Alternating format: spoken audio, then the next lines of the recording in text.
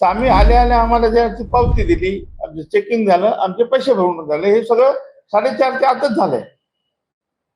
आणि हे हा अर्ज आम्हाला दिला आणि सांगितलं तुम्ही हे, तर आम्ही साहेबांना सांगितलं, प्रॅक्टिकल करून दाखवलं मी साहेबांना. मी उठून उभं राहिलो, त्यांना सांगितलं हे तुमचं ऑफिस, हे त्यांचं एक कॅबिन, त्यांचं ऑफिस, त्याच्या बाहेर बूथ. तर म्हटलं त्यांना फक्त एवढंच विचारा तुम्ही, कृष्णा जाधव निवडणूक निर्णय अधिकारी, तुमची ऑफिसची व्याख्या काय एवढं सांगा, बस सांगा विषय. कारण हे जे परिपत्रक आहे किंवा जे नियम आहे ते असं आहे की योग्यरित्या नामनिर्देशन पत्र भरलेले निवडणूक निर्णय अधिकाऱ्याकडे 30/12/25 रोजी दुपारी 5 वाजेच्या आत कार्यालयात पोहोचले पाहिजे. आम्ही 30/12च्या आत कार्यालयात पोहोचलो होतो. जाधवचं म्हणणं आहे कार्यालयामध्ये माझं कॅबिन, माझ्या कॅबिन मध्ये आले नाही तुम्ही. आणि तुझ्या कॅबिन मध्ये पोलीस येऊच देत नव्हते, तर येण्याचा प्रश्न कुठं होतो. आणि एवढंच नाही तर त्यांनी सांगितलं ज्या अर्थी तुम्ही पैसे भरले त्या अर्थी तुमचं अर्ज आलेला आहे. तर ही गोष्ट एक मुद्दा त्यांना सांगितला. त्यानंतर दुसरा मुद्दा असा होता म्हणजे छाननीचा. म्हणलं छाननीचा दिनांक कुठला होता? 31 तारीख. मग तुम्ही आमची छाननी का केली 30 तारखेला? तर ते म्हणाले आम्ही तुम्हाला मदत केली, तुमची काही त्रुटी आहेत का वगैरे वगैरे. तर ही मदत आम्ही मागितली होती का तुम्हाला? आम्ही काही मागितली नाही. तुम्ही का वेळ घालवला त्याच्यात? वेळ घालवला तरी आम्ही वेळेच्या आतच होतो, तो मुद्दा नाही आहे. मग ह्या सगळ्या गोष्टी त्यांच्या लक्षात आल्या आणि साहेब म्हणाले की हे मी आताच्या फुटेज मागवतो, रिपोर्ट मागवतो आणि तुम्हाला न्याय देतो, हे त्यांचे शब्द आहे. मग आमचे महाडिक साहेबांनी सांगितलं एक तर 3 याचे तुम्ही स्थगित करा किंवा पुन्हा हे यांच्या निवडणूक करा किंवा आम्हाला मुदत द्या किंवा आमचे अर्ज घ्या, काहीतरी करा. मी त्यांना सांगितलं साहेब तुम्ही सेशनच्या खुर्चीवर बसलात, तुम्ही आज सेशन म्हणून काम करा, तुम्ही अर्ज आमचे घ्या. कोणी तुमच्या विरोधात ना कोर्टात जाणार ना तुम्हाला जाब विचारू शकत नाही. कारण तुमचं सॅटिस्फॅक्शन झालं असेल तर, तुमचं सॅटिस्फॅक्शन झाल्यानंतर तुम्ही निर्णय घेऊ शकता. तारखेत ह्या तारीख तुम्ही दिलेल्या आहे काय आकाशातून पडल्या नाही. या तारखेला विड्रॉल आहे आणि या तारखेला, हे निवडणूक आयोगाने दिलेले आहे. अजून काही प्रिंटिंगला काही गेलेलं नाही. त्यामुळे आणि प्रश्न असा आहे की आम्ही जो अर्ज देणार आहोत त्याच्यावर कुठला राजकीय पक्ष पण जाणार नाही, काही कारणच नाही जाण्याचं. त्यामुळे ते त्यांचं कन्व्हिन्स झाले आहेत. त्यानं सांगितलं TN सेशन सारखं एक उदाहरण होईल महाराष्ट्रामध्ये इतिहासामध्ये की हे वाघमारे साहेब होते, यांनी हा निर्णय घेतला ना, याचा इतिहास निर्माण होईल आणि याचा भविष्यामध्ये कोणी उपयोग करेल. दुसरं की हे काही इथं घडलं काय, महाराष्ट्रात सगळेच AB फॉर्म उशिराच गेले होते ना, उशिराच गेले होते. तर प्रत्येकाने ते टोकन घेऊनच सगळ्यांनी 8-9 वाजेपर्यंत अर्ज घेतलेले आहेत. त्यामुळे हे काही हे आपल्याला माहित आहे की आपण इव्हन मतदानाच्या वेळेस कंपाऊंड मध्ये जे लोक येतात त्यांना टोकन देतो, त्यांना मतदान करून घेतो, कितीही वाजू दे. तसाच प्रकार आमचा होता. आमचा अर्ज अजूनही काही हे झालेलं नाही. आज घडीला, आज संध्याकाळपर्यंत जोपर्यंत हे प्रिंटिंगला नाव जात नाही, अजून काही EVM मशीनवर काही लोक ते नाव फायनल गेले नाही. कालच फायनल लिस्ट झाली आहे. त्या लिस्टमध्ये आमच्या जे मतदारसंघ आहे त्यामध्ये आमचे नाव टाकायचे, एवढंच आहे. हे सगळं अधिकार ज्या अर्थी तुम्ही कॅमेरे लावले, सगळं अधिकार तुम्हाला आहे. म्हटलं हे तुमच्यावर कोणी नाही, इथे तुमच्यावर मुख्यमंत्री पण नाही. तर तुम्ही निर्णय घ्या. साहेबांनी निश्चित आम्हाला आश्वासन दिलंय की आम्ही तुम्हाला तुमच्यावर अन्याय होऊ देणार नाही. त्यामुळे हे दुसरं जे काही एपिसोड घडले आहे नार्वेकराबद्दल, हे अत्यंत निंदनीय आहे. आमच्या समाजातून तर एक उठाव झाला, बहुजन समाजातून, असं कसं घडलं. हे सगळेच आता मोर्चे आंदोलन करायला मागतायत. मी म्हटलं मोर्चे आंदोलन परवानगी देऊन घ्या, रस्ता रोको सगळंच सुरू होणार आहे. आता कारण तुम्ही कोणाला धमकी दिली? हरिभाऊ राठोडला. हरिभाऊ राठोड मजाक आहे का? हरिभाऊ राठोड एका बंजारा समाजाचा नेता आहे, ओबीसीचा नेता आहे, देशाचा नेता आहे. तुम्ही त्याला धमकी देता, त्याची सिक्युरिटी काढायला सांगता. हरिभाऊ राठोडच्या जीवाला जर धोका झाला, राहुल नार्वेकर तुम्ही फासावर जा, लक्षात ठेवा. तुम्ही समजू नका हरिभाऊ राठोड में साधा माणूस नाही आहे. हरिभाऊ राठोड एक विद्वान माणूस आहे, संविधानिक अभ्यासक आहे, एक विचारवंत आहे, आणि म्हणून हा देश माझ्या पाठीशी उभा राहील. तुम्ही महाराष्ट्र काय सांगता? देशात तुमच्या विरोधात हे सगळं पेटणार आहे, लक्षात ठेवा. माझी सेक्युरिटीच काढून बघा तुम्ही, बस, आणि बघा मग काय होते ते. एवढंच बोलायचं. लढाई आता कशी होणार आहे? कारण प्रक्रिया पण होत चाललेली आहे. आपल्यापर्यंत न्याय मिळाला नाही, आम्हाला संध्याकाळपर्यंत, उद्यापर्यंत आम्हाला आशा आहे की आमचे अर्ज घेतील, आम्हाला न्याय मिळेल. हे नाही झालं तर मग पुढची लढाई आमची निश्चितच आम्ही कोर्टात तर लढूच, रस्त्यावरची लढाई लढू. आणि 226 मध्ये आम्ही एकच उमेदवार, सगळं काँग्रेस, राष्ट्रवादी, शरद पवार, त्यानंतर मनसे, त्यानंतर शिवसेना उभाटा, त्यानंतर आम आदमी पार्टी, त्यानंतर बहुजन समाज पार्टी, वंचित आघाडी, सगळ्यांच्या वतीने आमच्याकडे पवार उमेदवार आहे. आणि त्या मुलीला, त्या आमच्या उमेदवाराला, सगळे म्हणून आमचा एकच उमेदवार. आणि तिथेच आम्ही दाखवून देऊ, राहुल नार्वेकर तुमची जागा काय आहे. त्यांची जागा आम्ही निश्चितपणे दाखवून देऊ. आम्ही सगळे एक येऊन याच्या विरोधात, अन्यायाच्या विरोधात आम्ही लढा देऊ, आम्ही जिंकून आणू. हा कोण पवार आहे आम्हाला माहित नाही अजूनही, पण मला कळलं की तो बंजारा समाजाची मुलगी आहे, ती बहुजनाची आहे, ओबीसी आहे, त्यांना आम्ही निवडून आणणार सगळे मिळून. बरोबर आहे की माणिक साहेब? बोला काय ताई, बरोबर आहे की? काँग्रेसच्या आणि तर्फे, आपल्या याच्या तर्फे होती, आपल्या गवई गटातर्फे, मनसे आणि उभाटातर्फे. त्यामुळे सगळे उमेदवार आमचे, बहुजन समाज, बीएसपी, सगळे आम्ही इंटॅक आहोत. आम्ही इंटॅक ही लढाई लढणार आणि त्यांना त्यांची जागा दाखवून देणार, एवढं मी सांगू इच्छितो. राठोड साहेब कुठेतरी निवडणूक अधिकारी प्रभावाखाली काम करत असतात. अर्थात एक तर त्या दबावाखाली असले पाहिजे, नाहीतर त्यांना नियम कानून कायदे माहित नाही आहे. टोकन द्यायचा अर्थ त्यांना कळला नाही. रिसीट दिली त्यांना, आधी तर आम्हाला सांगितलं हे टोकन मी दिलंच नाही म्हणे. मग आमच्याकडे एक रिसीट आणि आमची सही आहे कुठे म्हणे. मग सही मिळाली, त्यांची सही दाखवली त्यांना. त्यानंतर हे मी म्हणाल हे जे चेकलिस्ट आहे हे कोणी दिली आहे? की त्यांची चेकलिस्ट आहे, आम्हाला तर दिली नव्हती. त्यांच्या ऑफिसची चेकलिस्ट आहे. तर चेकलिस्ट त्यांनी दिली, पैसे भरून घेतले आणि टोकन दिलंय, का विषय संपला. निवडणूक अधिकाऱ्यांनी आयोगाचा अहवाल दाखल केला आहे. तुमचा उमेदवार हा प्रत्यक्ष त्या कार्यालयामध्ये पोहोचलेला नव्हता, तर तो त्या परिसरामध्ये होता, त्यामुळे तो अर्ज दाखल करता नाही. कोणाच्या उमेदवार?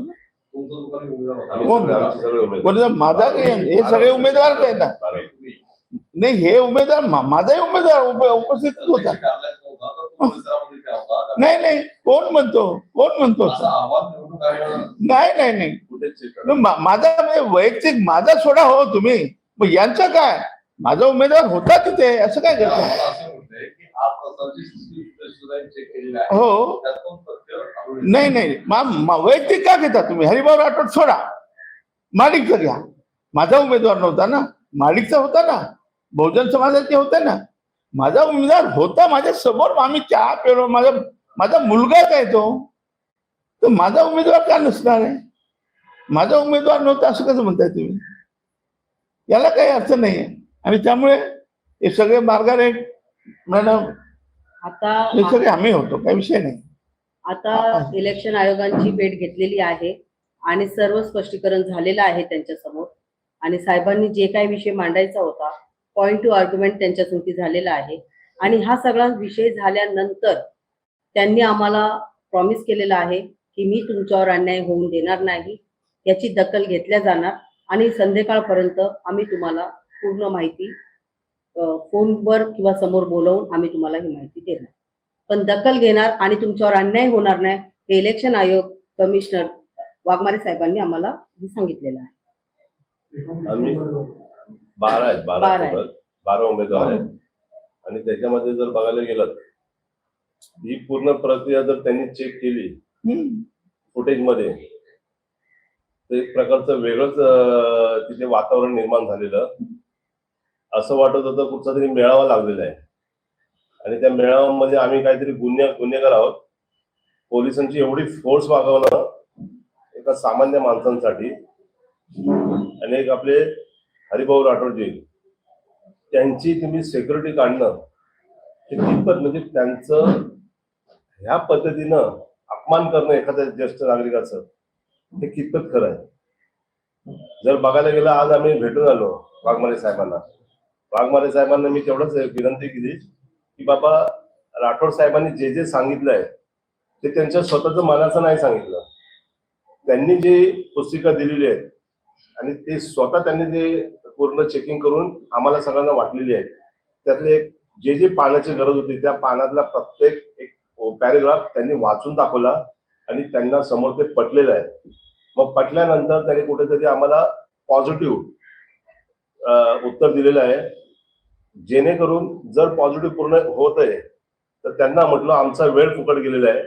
आम्ही गेले 4-5 दिवस सगळे घरातले आमचे सगळ्यांचे कार्यकर्ते आणि जे आपापल्या पक्षातल्या पदाधिकारीचे मानणार आहेत ते सगळे एकदम या कारणास्तव टेन्शन मध्ये आहेत आणि त्याचबरोबर पक्षातील प्रत्येक पदाधिकाऱ्यावरती वेगळ्या गोष्टीचं आरोप व्हायचा प्रश्न निर्माण झालेला आहे. तो आरोप जेणेकरून ही तुमची प्रक्रियेमुळे या गोष्टी झालेल्या आहेत आणि ह्या गोष्टी न होण्यासाठी ज्या पद्धतीने साहेबांनी सांगितलं की बाबा शेषन साहेबांनी ज्या पद्धतीने त्यावेळेला निवडणुकीमध्ये जे निर्णय घेतले आणि ते निर्णय महाराष्ट्रानं पूर्ण हिंदुस्थानामध्ये त्यांची वावा केली जाते. कुठेतरी आज निवडणुकीमध्ये अर्ज दाखल झालेला नाहीये. हा. तुम्ही वाट बघणार आहात की पुढं काय? नाही वाट बघणार किती दिवस? मी उद्यापर्यंत वाट बघणार. त्यानंतर पुढे काय? नाही कसं आहे तुम्हाला सांगतो जोपर्यंत ही जी लिस्ट आहे ती प्रिंटिंगला जात नाही कुठे ईव्हीएम ला जात नाही तोपर्यंत त्यांना निर्णय घेता येतो. तोपर्यंत ते निर्णय त्यांनी घेऊ निर्णय घेतला हा. तर त्यावेळेस माझं पूर्ण वाक्य होते निर्णय घेतला त्यावेळेस त्यांना सांगितले जेवढे आमचे 5-6 दिवस गेलेले आहेत वाया ती निवडणूक म्हणजे 24, 25, 26, 27 हे तेवढे दिवस पुढे ढकलू शकतात कारण का सगळं त्यांचं तर यंत्रणा रेडी आहे. फक्त 4 काय 5 दिवस त्यांना फक्त तो मतदार किंवा तो वॉर्ड त्यांना पुढे ढकलता येऊ शकतो. एवढी यंत्रणा आपल्या महाराष्ट्रामध्ये किंवा मुंबईमध्ये आहे. तर त्यांनी ते म्हटले त्यांचा पण विचार करू. आणि खरोखर म्हणजे केवळ सेशन आपले हेच नाही तर आम्ही काल गगराणी साहेबांकडे गेलो होतो आणि त्यांनी आम्हाला जॉईंट MC इलेक्शन शंकर वाघ साहेब त्यांच्याकडे पाठवलं. त्यांनी सुद्धा खूप आमचा ऐकून घेतला. त्यांना एक मी मुद्दा दिला होता की हे जे परवा ते बोलले ते कृष्णा की जी चिठ्ठी दिली आहे याच्यावर माझी सही नाही तर आम्हाला ती सही मिळाली एका टोकनवर ते आम्ही त्यांना सबमिट केली. त्यानंतर हे चेकलिस्ट त्यांना दिली तर त्यांचंही समाधान झालं. काल त्यांनी सांगितलं मी हा रिपोर्ट आयुक्ताला देतो आयुक्त पुढे कळवतील. त्याप्रमाणे आयुक्तांनी तिची नोंद घेतलेली आहे. आता आयोगाने पण नोंद घेतली आहे आणि सगळं उद्यापर्यंत आम्ही वाट बघतोय. उद्यापर्यंत आम्हाला आमचे अर्ज आम्ही सगळे 12 उमेदवार इथलेच आहेत. सगळ्यांचे अर्ज आमच्याकडे आहे पैसे भरलेले आहेत. फक्त त्यांनी हे घ्यायचं लिस्ट मध्ये टाकायचा विषय संपला. लोकशाहीचा बळा रोखला जात आहे का? लोकशाही कुठं राहील कुठे आहे? लोकशाही असेल तर गळा घोटेल ना. लोकशाही तर पाहिजे. लोकशाही संपली तर तुम्ही गळा घोटणार कोणाचा? बाबासाहेब आंबेडकरांनी हे सांगितलं होतं. त्यांचं 26 नोव्हेंबर 1949चं भाषण आहे.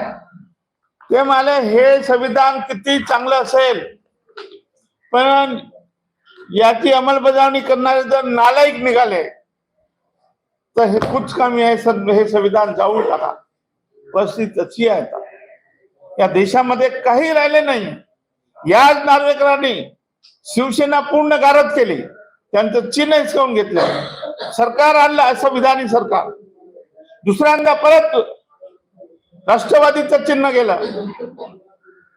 एक शरद पवार सारखा एक काय बलाढ्य माणूस त्यांच्याकडनं तुम्ही हिसकून कोणाला तरी त्यांचं घड्याळ देऊन टाकलं. लोकांच्या डोळ्यात अजून अश्रू आहेत. हे सगळं एक ना एक दिवस असा येईल या महाराष्ट्रात, देशामध्ये उठाव होईल, उठाव जनतेमधून उठाव होईल. आणि पैशाचं माज आणि हे जे काही चालू आहे ना, नसताना भूत करण्यात काही वेळ लागणार नाही. आणि त्यामुळे ती वेळ आलेली आहे. त्यामुळे तुम्ही म्हणता ना लोकशाहीचा गळा घोटला, लोकशाही राहिलीच नाही तर गळा कुठून पकडणार? लोकशाही कुठे दिसतच नाही, कुठे असा गळा घोटणार आहे? संपली लोकशाही, हुकुमशाही आहे, हुकुमशाही. हे हुकुमशाह निर्माण झाले, हे इंग्रज आहेत. इंग्रज चांगले होते, इंग्रजांनी अनेक न्याय दिलाय आपल्याला. हे इंग्रजाच्या पलीकडे आहे. आणि त्यामुळे आपण पारतंत्र्यात आहोत, सगळे पारतंत्र्यात आहे.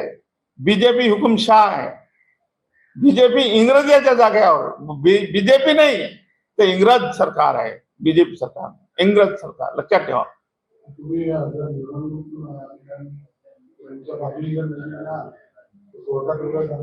काय कोर्टात जायची गरज नाही आम्हाला. वाघमारे साहेब निर्णय देतील, आम्हाला विश्वास आहे. उद्या पण आम्ही थांबतो. नक्की निर्माण आम्हाला निर्णय देतील, आमच्या वतीने देतील. आणि आम्हाला आमचं निवडणूक आम्ही लढू, आम्हाला विश्वास आहे. 12 लोकांना ते लढवतील, काही आकाश कोसळणार नाही. त्यांच्या विरोधात कोणी जाणारही नाही, तेही सांगितलं. त्यांनी जर निर्णय घेतला कोणी कोर्टात जाणार नाही, त्यांच्यावर कोणी नाही आहे. मुख्यमंत्री सुद्धा काही करू शकत नाही, त्यांना आदेश देऊ शकत नाही मुख्यमंत्री. तुम्ही यांचे का अर्ज घेतले विचारू शकत नाही. तो काय ना त्याचा राहुल नार्वेकर तो अध्यक्ष आहे ना, माझी सिक्युरिटी काढली ना त्यांनी. मी ऑर्डर देतो, इथे ऑर्डर चालत नाही त्यांची, इथे ऑर्डर चालत नाही. इथे ऑर्डर ओनली आणि ओनली वाघमारे ते नंतर कोणी नाही. कमिशन, राज्य निवडणूक आयोग हेच सर्वोच्च आहे, मुख्यमंत्र्याच्या वर आहे, हे लक्षात ठेवा. हे बघा, अपेक्षित निर्णय नाही आला आम्हाला. आम्ही जनतेच्या दरबारात जाऊ. आधी त्याला पाडू. पहिल्यांदा 226 मध्ये आम्ही सगळे उमेदवार, सगळे पक्ष मिळून एकच उमेदवार आमचा अपक्ष पवार बाई आहे, काय नाव ती 226 आणि 225 27 मध्ये आम्ही सगळे एक होतो, एकूण एक ठरवू. आमचे सगळे काँग्रेस, राष्ट्रवादी, वंचित, उबाटा, मनसे, नंतर बहुजन गवई गट, बहुजन BSP, सगळे त्यांच्या विरोधात जाऊ. आणि बस त्याची जी घमेंड आहे ना, जनता उतरेल. जनता सर्वोच्च. मी कालच सांगितलं होतं त्यांना, मला सांगत होते तुम्हाला तुमचे 2 मत नाही, तुम्हाला कोण ओळखतं असं विचार मला. त्यांनी सांगितलं रेकॉर्डेड आहे. तुम्हाला कोण, मला कोण ओळखतं? मला देश ओळखतं. म्हटलं काय साहेब, तुम्हाला तरी कोण ओळखतं तिकडे? मला आंध्र, कर्नाटका, मध्य प्रदेश, राजस्थान, गुजरात, दिल्ली सगळे होतात. तुम्हाला कोण ओळखतं? म्हणलं तुम्ही हा मतदारसंघात तुम्ही अध्यक्ष झाला, म्हणजे काय तुम्ही काय देशाचे नेते झालात का? बोललो मी त्यांना. अहो बोललोय, रेकॉर्डेड आहे. मी त्यांना सांगितलं की तुम्ही साहेब संवैधानिक पदावर आहे, हे संविधानिक काम करतात, तुम्हाला सोबत नाही, हे बोललो. परत बोल.